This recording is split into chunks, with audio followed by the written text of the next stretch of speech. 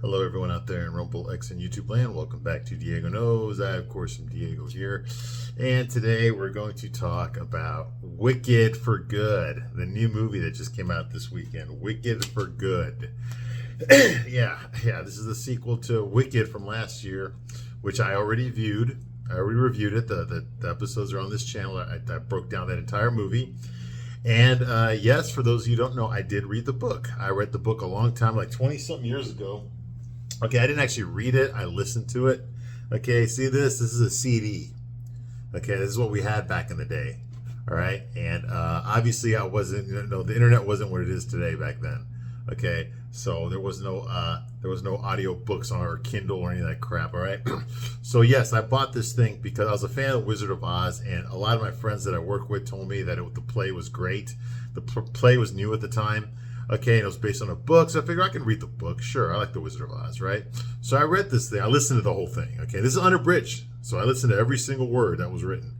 Okay, Gregory Maguire, and I think this came out in like 1999 or something like that. Yeah. So I listened to this entire thing. Obviously, I still have it. Okay, so I know Wicked. I know the story. They made a musical out of it. I lived in downtown Chicago, so I used to play right around the corner from my job. Okay, I used to talk to a lot of guests, okay, that watched the show, the Broadway show, and they would tell me how great it was and all this stuff, So I knew a little bit about the play. I knew it was about the Wicked Witch of the West. The book itself, I thought, was pretty good. There was a couple of things I would have changed, but the book is kind of a downer. Okay, the book is about this woman. She's not evil at all. She's more misunderstood. Okay, this Elphaba character. Get it? Elphaba, L. Frank Baum. Get it? Okay. So the guy that wrote this, Gregory Maguire, he's a gay guy. So of course this was his right up his it's right up his alley. And so he wrote the book because he's really into it. I'm sure he dressed like Dorothy back in the day, or Elphaba. Anyway, and so he came up with this story, and basically he said, okay, let's do a story about the Wizard of Oz, but let's do it from the witch's point of view, the Wicked Witch of West. And guess what? She ain't evil. She was labeled that by the media. Okay, she was persecuted. Okay, because of the way that she looks.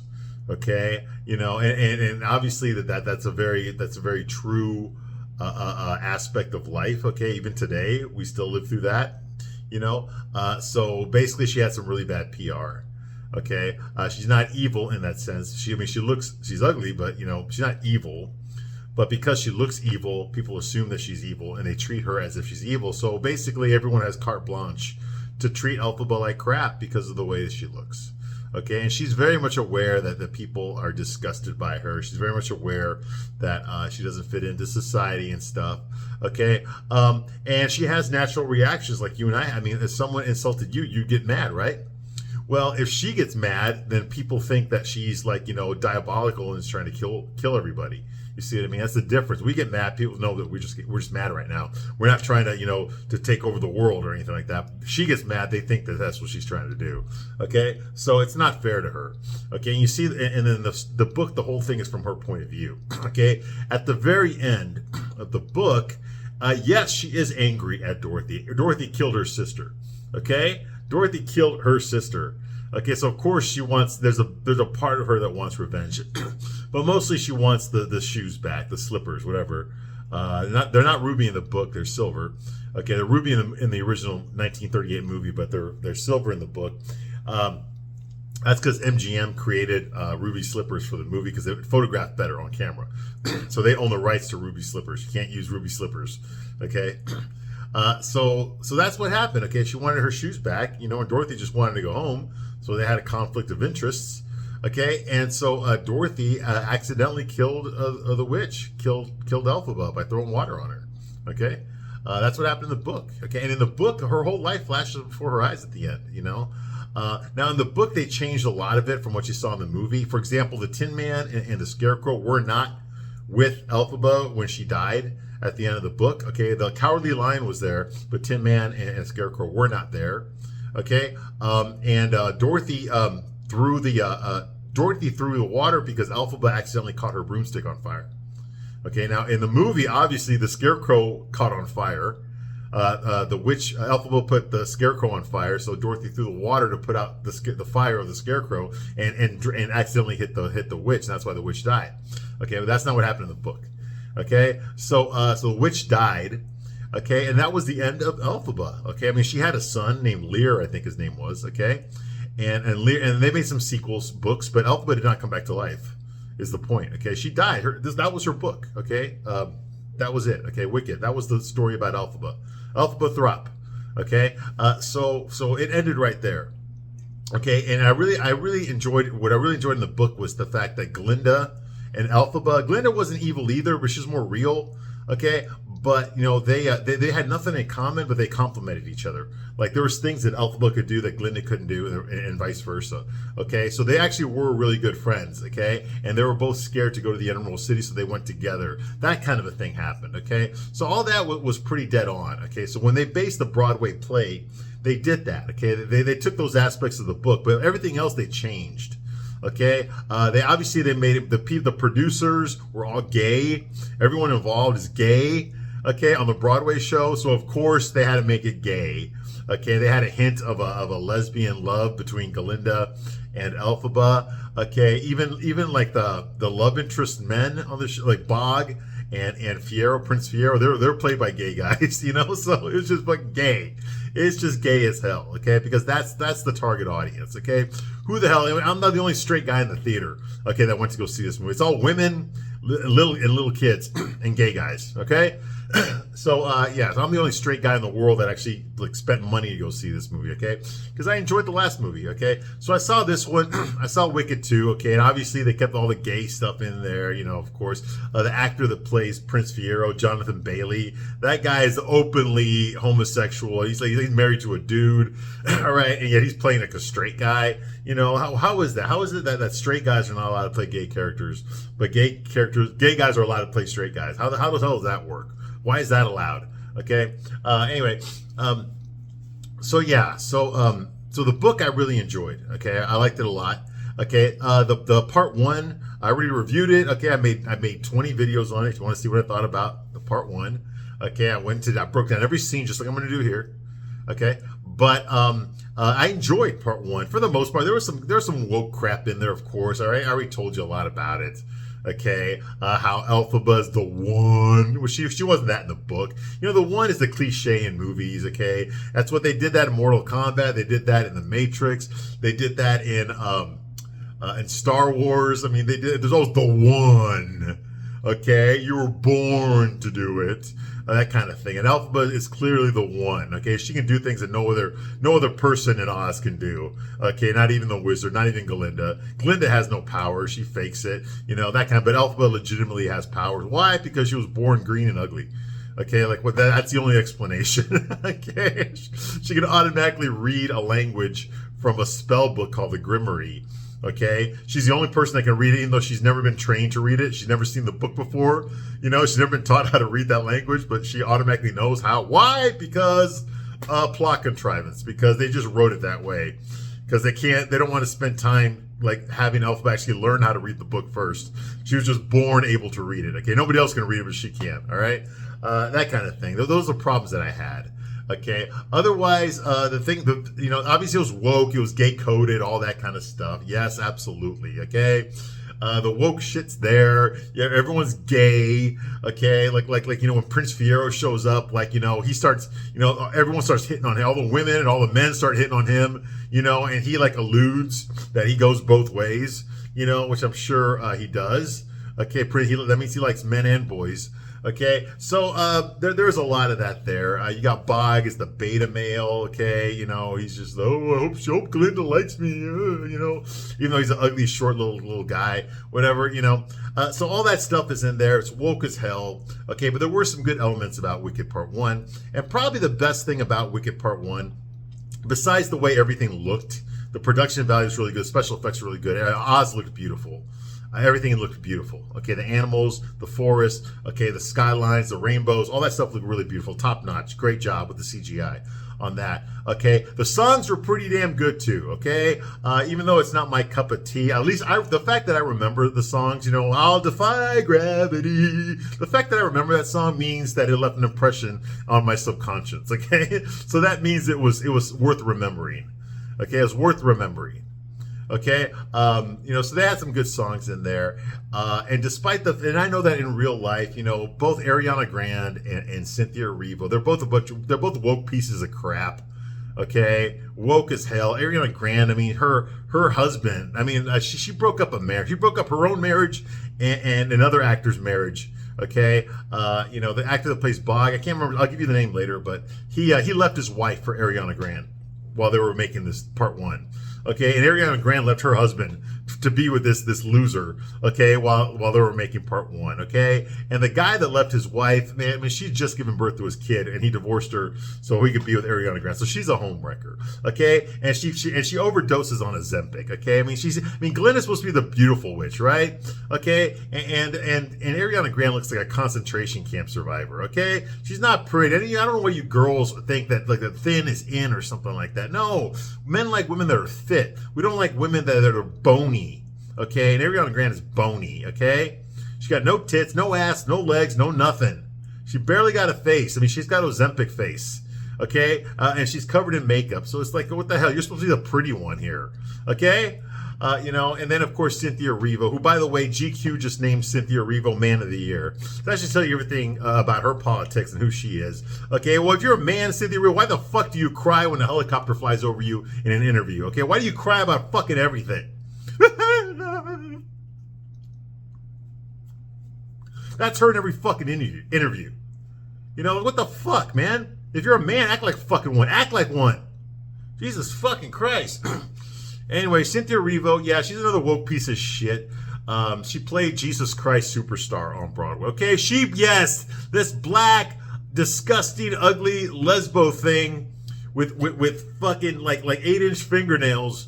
Okay, bald, played Jesus. They hired her to play Jesus Christ in Jesus Christ Superstar. Look it up if you don't believe me. Okay, that should tell you just how crazy these woke lunatics are in Broadway and Hollywood. Okay, that should tell you everything right there. All right. Anyway, and she uses male pronouns. Okay, fuck you. Okay. Anyway, well, Cynthia Erivo. One thing I will say about her, okay, is she actually, and I said this about the last movie, is she did a good job. Okay, yes. I'm gonna call it. If it's good, I'm gonna call it out. It's good. Okay, Cynthia Erivo did do a good job. She does not look like Margaret Hamilton's. As the Wicked Witch of the West in the original Wizard of Oz. She does not look that odd. She don't have the, you know, she's ugly enough. She don't really need the makeup. Okay, the prosthetics like Margaret Hamilton did, and Margaret Hamilton was no peach either, man. They hired her for her looks. Okay, and then they made her uglier on top of that, and then they burned her on set. Okay, so Cynthia Erivo, okay, yeah, she did a good job playing this character. She's not playing the Wicked Witch of the West. She's playing Elphaba, which is a totally different character. And you got to keep that in mind, okay? That was the whole point of the book. Okay, everything you thought you knew about the Wicked Witch of the West is not true. So what Gregory Maguire did in this book, is he took all the scenes of Elphaba, of the Wicked Witch of the West, from the original Wizard of Oz, and he rewrote it all. He took out scenes, for example, when the Wicked Witch of the West threw fireballs, okay? She threw fireballs at a little girl, okay, and her dog, okay? This Elphaba cannot throw fireballs. We've never seen her throw a fireball. She has to read a book, and cast a spell for anything to happen, okay? She doesn't throw fireballs, okay, like the original Wicked Witch of the West does, okay? And she didn't make threats. For example, the Wicked Witch of the West would threaten Dorothy, threaten to kill her, okay, all the time, several times in the movie, whereas Elphaba would never threaten to kill anybody, okay? She never does that. Okay, so how is that possible? Well, simple. In this version of it, he took those scenes out. All the scenes where the Wicked Witch of the West threatens Dorothy, or throws fireballs at Dorothy, or tries to kill Dorothy, all that was taken out of this book. Okay, so that they could make Elphaba seem more nicer, more empathetic. You see what I mean? In the book, all Elphaba really cares about is getting her sister's shoes. She doesn't care about killing Dorothy or killing her friends or any of that kind of stuff, or torturing them or any of that kind of stuff, okay, which she does in the movie. Okay, so they just rewrote all that stuff so that so you have to deal with it. Okay, that's why this is fan fiction. It's not canon. It's not part of the original Wizard of Oz, because this is a gay guy's interpretation of what he wished the prequel of the Wizard of Oz would have been. Okay, that's what that is. All right. I mean, that's what this is. That's what Wicked is. Okay, so don't take everything to heart. Okay, this isn't the way. This isn't the way that it's not official canon. It's not officially part of the Wizard of Oz, and I'm happy for that. But it's still a good story. Okay, but it's not a story about the Wicked Witch of the West. It's a story about a good woman who got labeled that because of her looks.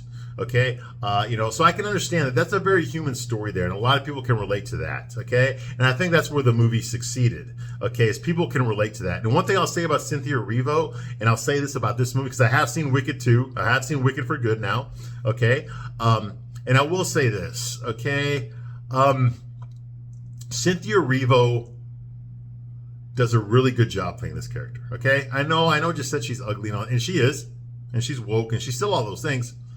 But she's also a damn good actress here, okay? And she's an extremely talented singer.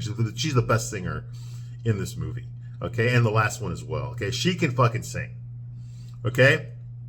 I mean, she'll break a mirror if she looks at it, but she can sing too, okay? She can sing, okay? She sings incredibly. She really does, okay? Unfortunately, the songs in this movie are not as good as the ones from the last one. The songs in this movie pretty much all suck. I can only think of one right now. Marvelous will be marvelous. That's the one where Jeff Goldblum sings as the wizard, okay? Because someone convinced him he's a singer, all right? And there's another song that they added in there called what is it? I want to go home. What's it called? There's no place like home, which I don't even remember the lyrics, okay? But okay. The songs were not as good, okay, in this one as they were in the last one, okay? But the songs that were there, Cynthia Erivo sang them beautifully. She really did. I mean, so did Ariana Grande. She sang her songs pretty good. But clearly, Ariana Grande, although she is an incredible singer, she's not as good as Cynthia Erivo, and you can tell by their songs, okay? Cynthia Erivo is a better singer than Ariana Grande, okay? Not to say Ariana Grande did a bad job, but I'm saying Cynthia Erivo, when it comes to singing, yeah, Cynthia Erivo is the better singer here, okay? The best thing about these movies, okay, are two things, okay? Number one, I like the way Cynthia Erivo portrayed this character. She's not the Wicked Witch of the West. It's a totally different character. She played her with humility, okay? I felt sorry for Elphaba in this movie. And all of that was due to the acting, okay? I mean, I could see exactly what Elphaba was going through. I could feel sorry for her, okay? I didn't feel she was this pretentious, stuck-up bitch at all, okay? I felt sorry for her. I legitimately wanted her to succeed. I wanted her to be happy because I knew how people were treating her. I knew what everyone thought about her and how it was unjustified, okay? We knew that. Okay, and she delivered that performance. Most actors wouldn't go there. Jennifer Lawrence would never go there. Okay, anyone who's hot right now in Hollywood, they would never go there. They would never show that much humility on screen. Okay, they would never, because they're all trying to look good all the time. Okay, but like J-Lo would never do this. Okay, they would never be humbled in a scene and be like, okay, here I am, vulnerability and everything. Okay. Okay, I know I'm a piece of shit. I know I'm a loser. All right, I get that. Okay, but I'm just trying to survive. I'm just trying to survive today. Okay, I get that, all right? And that sort of vulnerability, Cynthia Erivo captured it. And she probably dwelled from her real life experience. I'm pretty sure she was teased for being an ugly woman, okay, growing up, all right? So I'm pretty sure she had a lot of experience to draw on, okay? So I get all that. Again, that she did very well. There's the vulnerability to Elphaba. Okay, a vulnerability that Ariana Grande could not pull that off. Okay, if she tried to be vulnerable in the movie, and she does several times in this movie, you don't believe it. She's acting. You can tell she's acting. She doesn't really feel this way. Okay, she's trying to look like she feels this way. You can tell that. But when Cynthia Erivo shows vulnerability, she looks like she's really going through it at that time. So kudos for that. Okay, the other good thing is the story. Okay, I enjoy taking the idea. This character, like I said, it's not the Wizard of Oz, it's not the Wicked Witch of the West. It's a different character, but it's still an interesting character.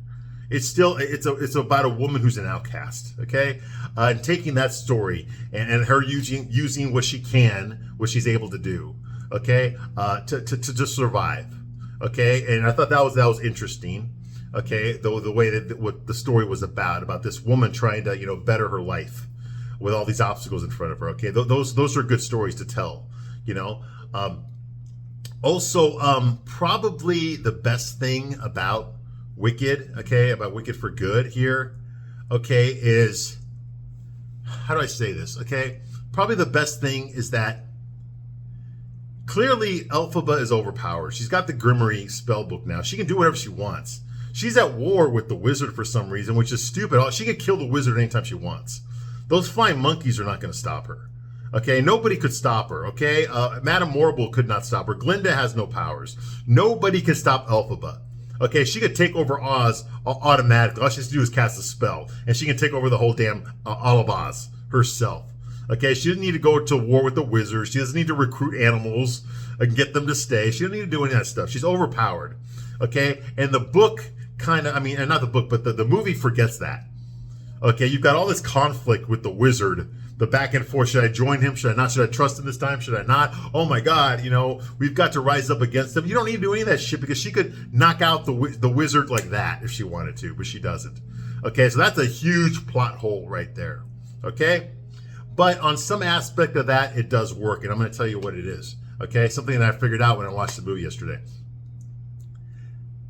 If you look at Elpha being overpowered as something in the background instead of something in the foreground, if you want to suspend your disbelief, like, okay, they're not talking about how powerful Elphaba is right now.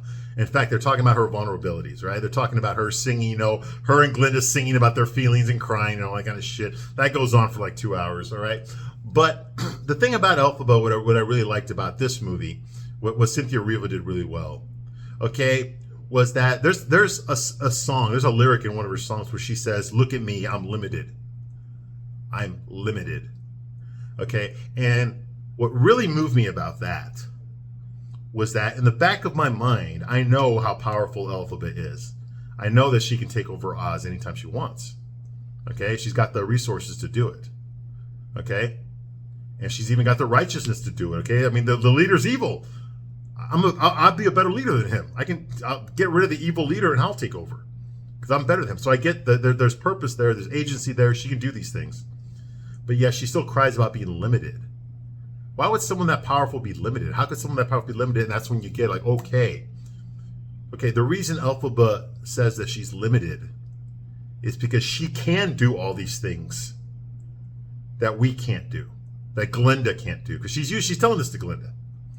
And to some extent, she's telling this to Fiyero as well. Okay, so I'm limited.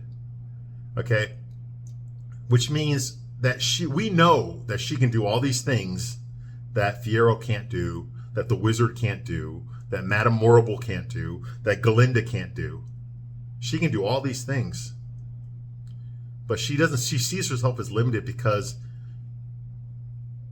she can't do the things that we can do.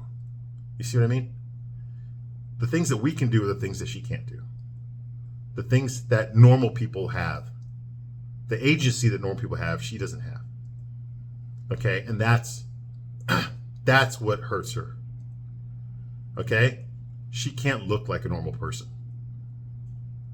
Okay? Yes, she can like destroy the Emerald Building if she wanted to. She could take over Oz. But she can't be a normal woman like all the other women are. You see what I mean? She can't because of the way that she looks. She's always going to be an oddity. Okay, people are always going to judge her based on what she looks like.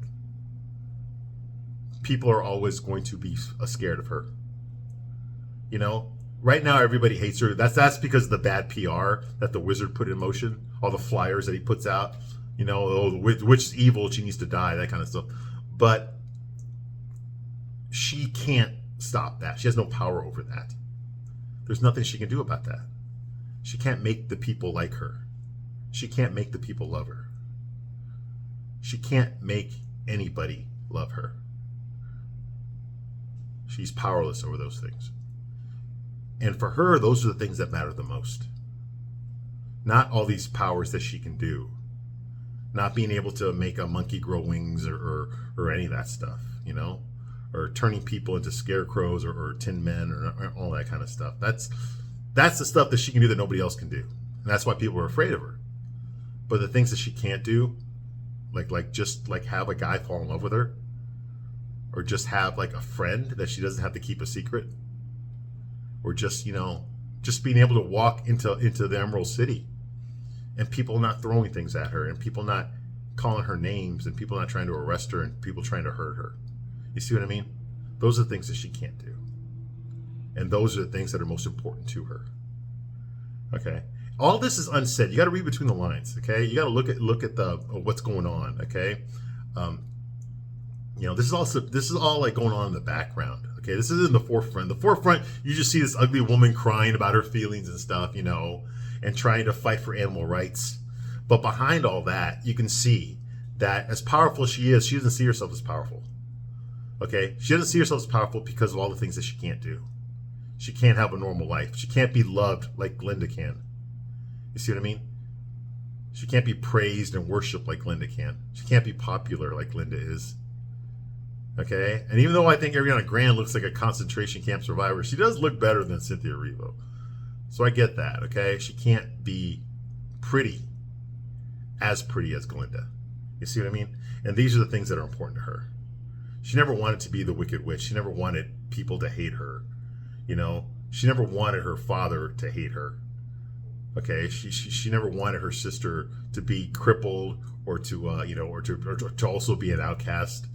Because she's limited in a wheelchair. She never wanted those things. Okay, but this is what she got, and she's just making the best that she can.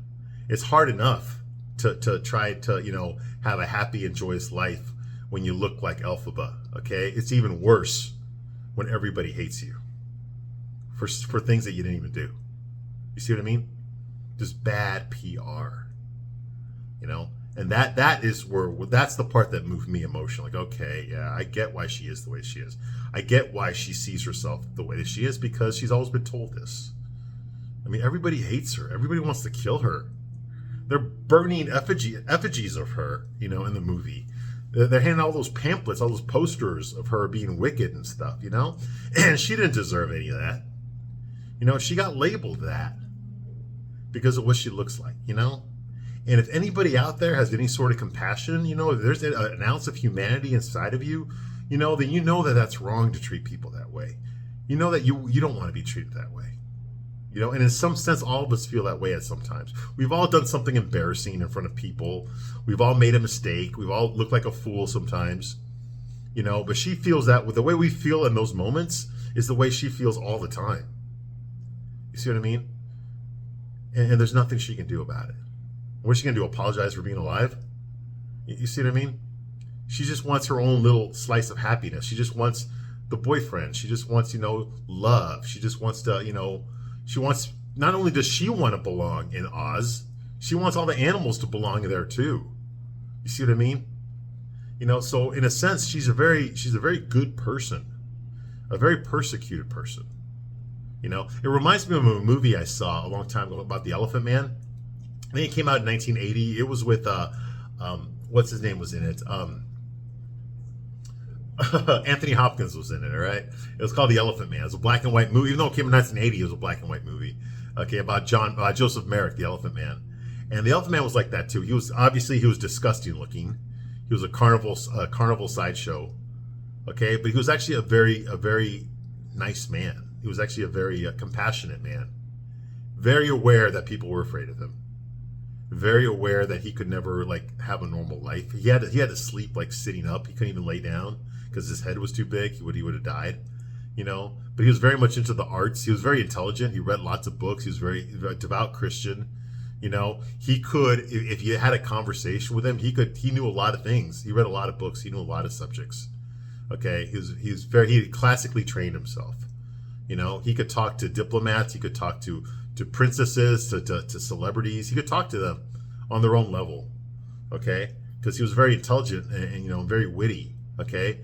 But at the same time, he also, there was a part of him that wished he could be like a normal person, that wished he could look like a normal person, because he wasn't retarded.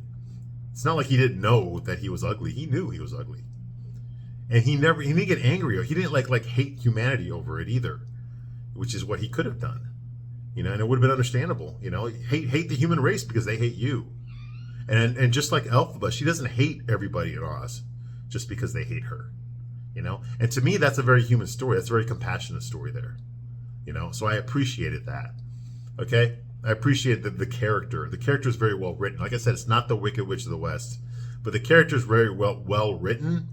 And the actress that plays her can communicate that completely through her performance. Like everything that I just explained to you, okay, the movie doesn't explain any of this to you. It just shows you all this. If you look inside her eyes and you see what she's going through, okay, like I say, brilliantly acted. If she gets an Academy Award for this, I'll be like, okay, you deserved it because you played the ugly woman pretty damn well, okay, pretty damn well. All right.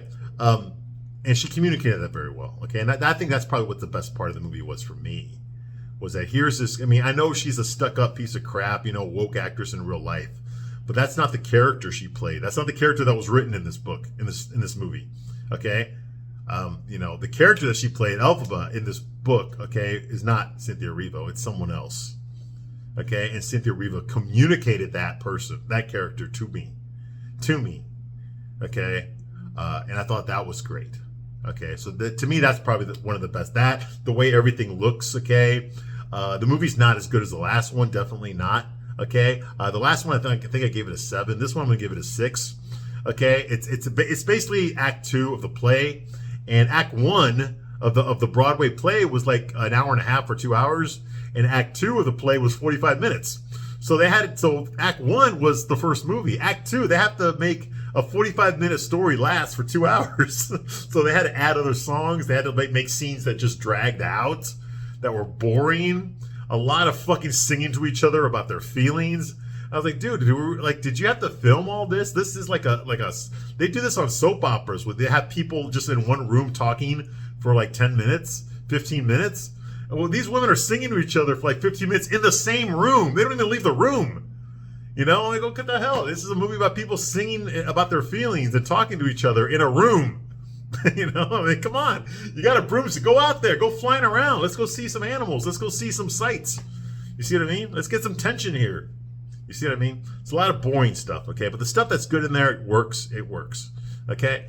I did not like the fact that Dorothy doesn't show up. She's there, but you don't see her face or nothing, and that pissed me off because to me, all of this is happening because of Dorothy and her 3 friends, okay, and her dog, okay? All this is happening because of her. So she should be given more respect and more prominence, okay?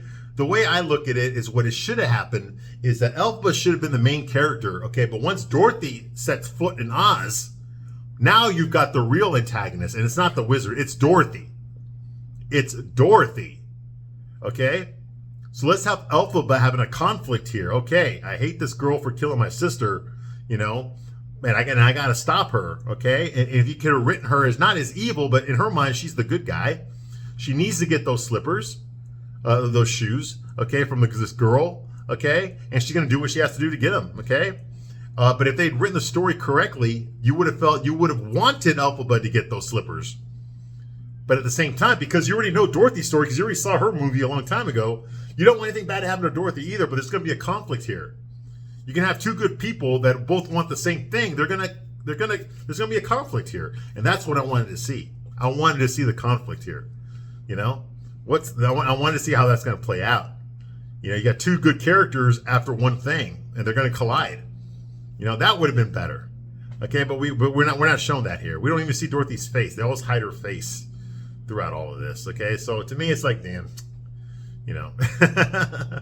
Okay, but anyway, okay, so yes, this is my intro video. I'm going to get into the movie here in the next video. We're going to start talking about this movie, Wicked for Good. I thank you for watching this long. I will see you soon in the next one. Bye.